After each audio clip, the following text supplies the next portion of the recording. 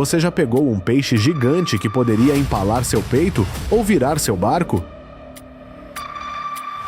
Muitos acham que é uma experiência que vale a pena.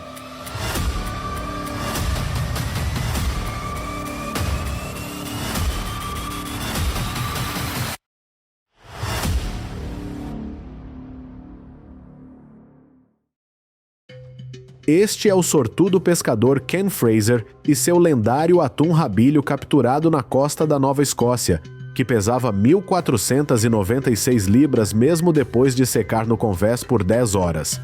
Ao preço médio atual do atum no Zeciewa, ele valeria mais de $86 mil no mercado. No entanto, em 2019, uma cadeia de sushi no Japão pagou 3,1 milhões de dólares por um atum rabilho de 613 libras capturado na costa da província de Aomori, no norte do Japão. Isso ocorre porque o frescor é fundamental para valorizar o atum rabilho, e não o tamanho. No Japão, os pescadores tendem a usar a pesca com palangre com cerca de 2,9 km de linhas, com isca para pescar vários atuns gigantes de uma só vez. O atum é um peixe forte e agressivo, por isso pode lutar durante horas, o que pode aumentar a temperatura corporal e diminuir o sabor da carne. Consequentemente, os pescadores japoneses que pescam apenas atum rabilho costumam usar um choque elétrico para matá-lo rapidamente debaixo d'água. Então, imediatamente após serem trazidos a bordo, eles perfuram seus cérebros, cortam sua cauda e passam um fio para cima e para baixo em sua espinha, porque o atum tende a esquentar muito rápido. Esta é a forma tradicional de manter fresco por mais tempo qualquer peixe morto, não apenas o atum rabilho, pois ajuda na remoção de sangue e trata a rigidez nervosa. O peixe é então completamente eviscerado para acelerar ainda mais o resfriamento e evitar a contaminação, caso os órgãos sejam danificados durante o transporte. Finalmente, congela instantaneamente a menos 76 graus Fahrenheit, e é assim que centenas de atuns gigantes ficam frescos durante dias e meses em grandes barcos de pesca com palangre. O Estreito de Tsugaru, no Japão, é conhecido pelo seu excepcional atum rabilho, especialmente durante os meses de inverno, quando as águas estão repletas de peixes menores. Nesta época do ano, o atum rabilho é apreciado por sua carne rica e gordurosa, e não é incomum pegar gigantes pesando mais de 661 libras aqui. Para capitalizar esta recompensa sazonal quando a oferta global de atum diminui, alguns pescadores corajosos em todo o mundo arriscam as suas vidas para sair, mesmo quando o vento uiva a 70 km por hora, ou um dedo pode ser perdido pela poderosa atração do grande atum.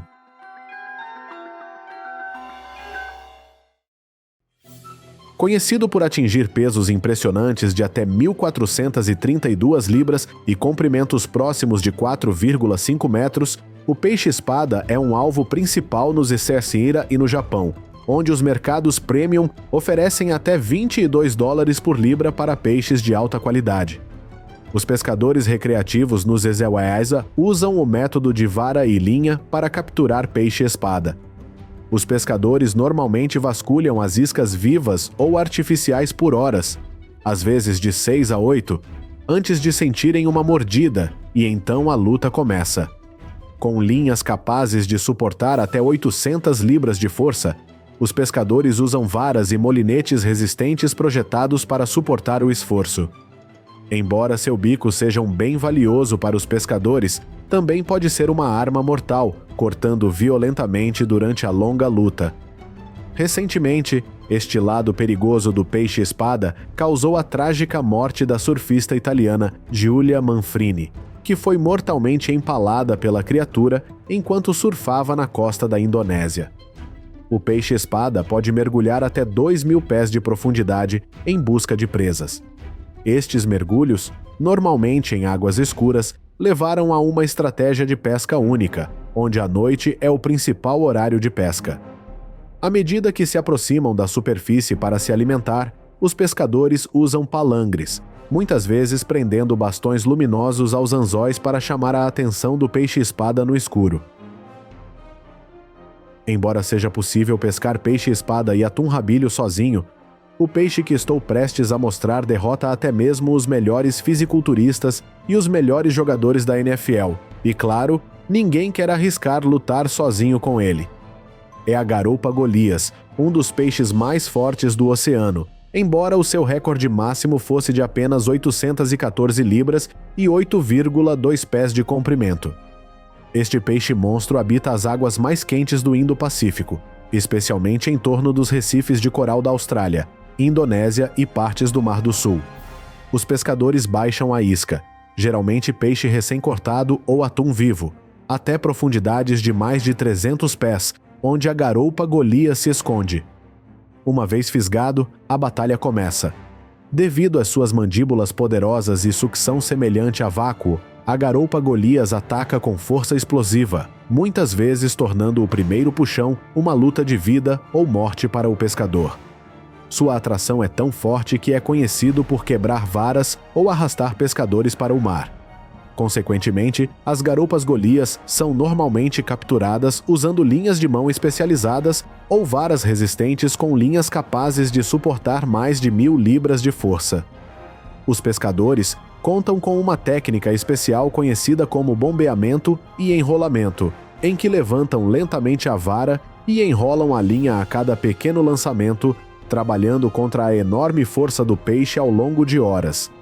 Com um preço de mercado que pode chegar aos $100 por libra em 2023, uma única garoupa Goliath pode valer mais de $80 mil, especialmente em mercados de refeições de luxo na Ásia e no Zebolea. Ainda existem muitas capturas de peixes gigantes inacreditáveis ao redor do mundo, mas falarei sobre isso em outros vídeos. Agora vamos conferir juntos outras capturas gigantes no mar. Frequentemente encontrado ao longo das profundezas frias do Pacífico Norte, desde as costas do Japão até ao Alasca, o polvo gigante do Pacífico é uma das criaturas mais formidáveis do oceano. Ele poderia se estender por mais de 16 pés e pesar quase 110 libras. Você sabe, os polvos têm os maiores cérebros em relação ao tamanho do corpo de qualquer invertebrado, então eles são muito inteligentes. Houve vários relatos de polvos roubando capturas de pescadores e outras coisas no mar. Portanto, uma vez capturados, eles têm que ser colocados em uma gaiola de contenção. Um passo em falso pode significar um golpe contundente de um tentáculo. Assim como os peixes, eles também são eviscerados imediatamente após serem capturados para preservar o frescor. Nos últimos anos, polvos individuais foram leiloados em mercados japoneses de frutos do mar por até $4 mil. Da mesma forma, a lula colossal pode atingir até 15 metros de comprimento e pesar mais de 450 quilos, comparável a uma motocicleta Harley Davidson, tanto em tamanho quanto em peso. Ao contrário de polvos ou lulas menores, a captura de polvos grandes requer equipamento especializado ou mergulhadores experientes, que enfrentam águas frias e turvas de até 600 metros de profundidade para avistá-los. No entanto, com base em espécimes de cachalotes, os cientistas estimam que restam apenas 4,3 milhões de lulas gigantes no mundo. Consequentemente, os pescadores comerciais só estão autorizados a capturar lulas desse tamanho usando o método de jigging ou vara e molinete. Os Estados Unidos são um consumidor significativo de lulas, principalmente na forma de lula. Embora exista alguma pesca doméstica de lula nos Epilomeiua, especialmente ao longo da costa leste, a quantidade é relativamente pequena em comparação com o consumo global. A maior parte da lula consumida no Zeualba é importada de países como China, Coreia do Sul e Japão, que são as 3 maiores nações pesqueiras de lula do mundo. Só em 2020, a China capturou impressionantes 1.040.000 libras de lulas. Você quer experimentar lula ou polvo? Deixe-me saber no comentário abaixo. O caranguejo-aranha japonês, com sua surpreendente envergadura de pernas de até 3,6 metros, mais larga que a altura de uma cesta de basquete, habita as águas profundas ao redor do Japão e do norte do Pacífico. É o maior caranguejo do planeta, o que o torna uma captura valiosa, com espécimes vivos às vezes chegando a custar mais de $3 mil.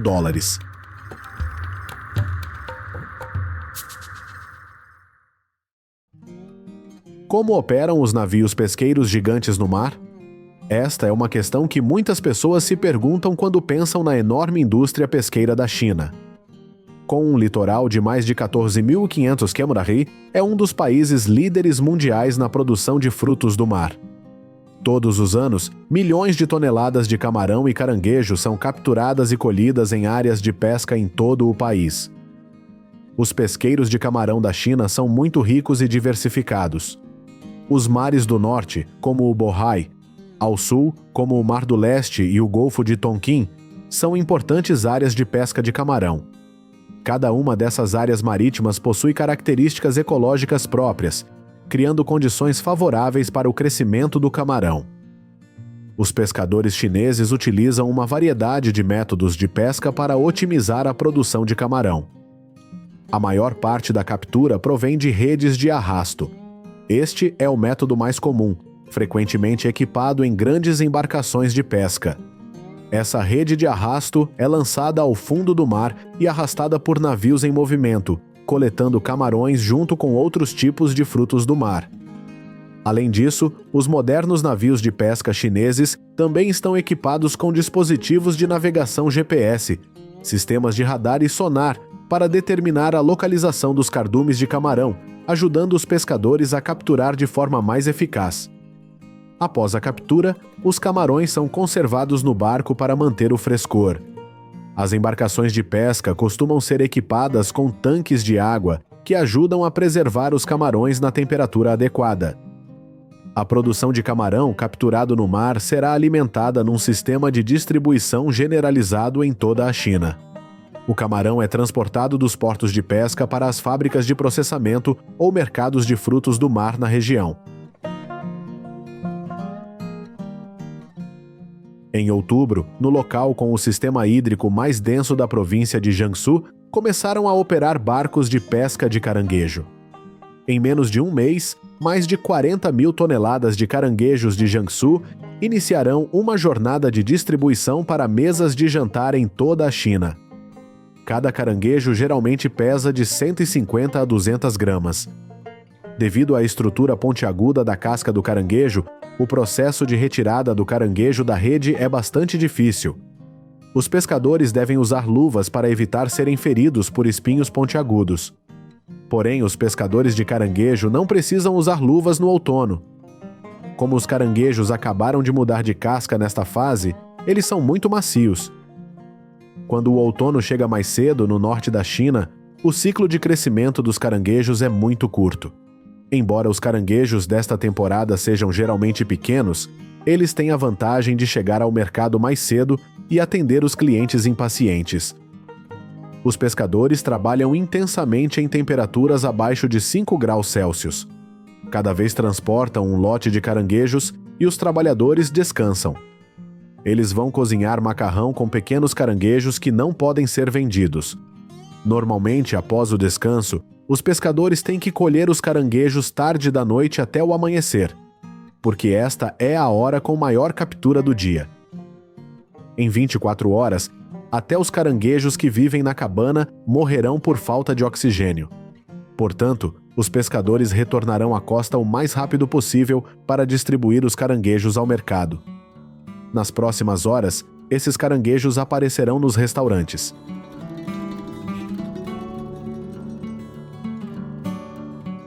A pesca do camarão é uma indústria importante a nível mundial, com uma captura de 34 milhões de toneladas de camarão por ano, especialmente na Ásia. É também uma parte importante da economia marítima da Coreia, utilizando métodos de pesca avançados para garantir colheitas eficientes e sustentáveis. A pesca de arrasto pelo fundo é o método utilizado principalmente pelos pescadores de camarão coreanos. Os pescadores lançam redes de arrasto ao longo do fundo do mar para capturar camarão. Este método é popular na colheita de grandes quantidades de camarão e é comumente usado em águas costeiras e offshore. Os pescadores arrastam redes pela coluna d'água em diferentes profundidades. Este método pode ser útil na identificação de espécies de camarão que não vivem diretamente no fundo do mar. Porém, as redes de arrasto são utilizadas de forma seletiva, dependendo da espécie de camarão e de seu comportamento. Os navios de camarão modernos estão equipados com tecnologias avançadas, como sonar e GPS, para localizar as populações de camarão de forma mais eficaz. Estas tecnologias ajudam os pescadores a otimizar as capturas, reduzindo ao mesmo tempo o tempo passado no mar. A costa sul da Coreia, incluindo as águas que rodeiam a ilha de Jeju, é conhecida pela sua vida marinha diversificada e pela rica população de camarões. A combinação de correntes oceânicas quentes e terreno subaquático diversificado torna esta área ideal para a pesca de camarão. De acordo com as estatísticas mais recentes, a captura total de camarão da Coreia em 2023 ascendeu a cerca de 50 mil toneladas. Semelhante ao peixe ou à lula, a pesca do camarão também é proibida durante períodos específicos para permitir que as populações de camarão se recuperem e se reproduzam. O esforço de pesca também cria empregos adicionais em fábricas de processamento onde o camarão é processado tanto para consumo interno como para exportação. O camarão coreano é popular no mercado internacional, especialmente no Japão, nos Estados Unidos e em países europeus.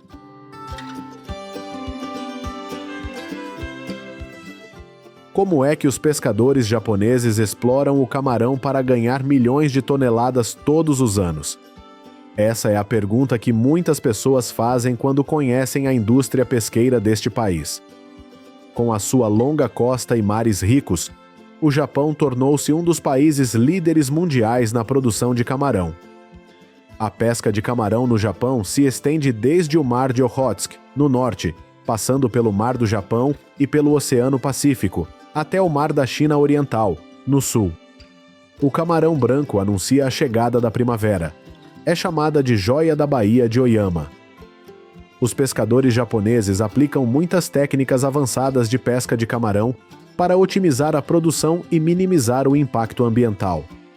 A ferramenta mais utilizada é a rede de arrasto. As redes de arrasto modernas são projetadas para minimizar a captura acidental de outras espécies de frutos do mar. No Mar do Norte do Japão, os pescadores usam redes de arrasto modernas para colher até 50 mil toneladas de lagosta por ano. Enquanto isso, nos mares do sul, o método de captura de camarão ajuda a colher uma média de 200 mil toneladas de camarão por ano. As embarcações pesqueiras japonesas também são equipadas com sistemas de navegação GPS e radar para determinar a localização dos cardumes de camarão, ajudando a otimizar o processo de pesca. Os pescadores costumam armazenar muito gelo. Após a captura, os camarões são conservados no barco para garantir o frescor. Os navios de pesca japoneses modernos costumam ter sistemas de refrigeração avançados, ajudando a manter os camarões em temperaturas ideais. Os camarões serão classificados e colocados em compartimentos frios para manter a qualidade. Os produtos do camarão após a captura serão distribuídos aos mercados atacadistas, supermercados, restaurantes e estabelecimentos varejistas de todo o país. Além disso, o camarão japonês também é exportado para a China, onde há grande procura por frutos do mar. Além da pesca do camarão, os pesqueiros do Japão são ricos e diversificados com muitos tipos de caranguejos. As águas frias do Mar de Okhotsk e do Mar do Japão são ideais para caranguejos nevados e peludos, enquanto o Oceano Pacífico mais quente é o habitat de muitas outras espécies de caranguejos. Em mares rasos, onde os caranguejos se reúnem em grande número, a rede de arrasto é lançada no fundo do mar enquanto o navio se move. Ele é projetado para coletar caranguejos e retirar outros tipos de frutos do mar. Após a captura, os pescadores farão a classificação. Durante esse processo, os caranguejos que não cumprirem os padrões serão devolvidos ao mar para preservar a produção de caranguejos para a próxima temporada.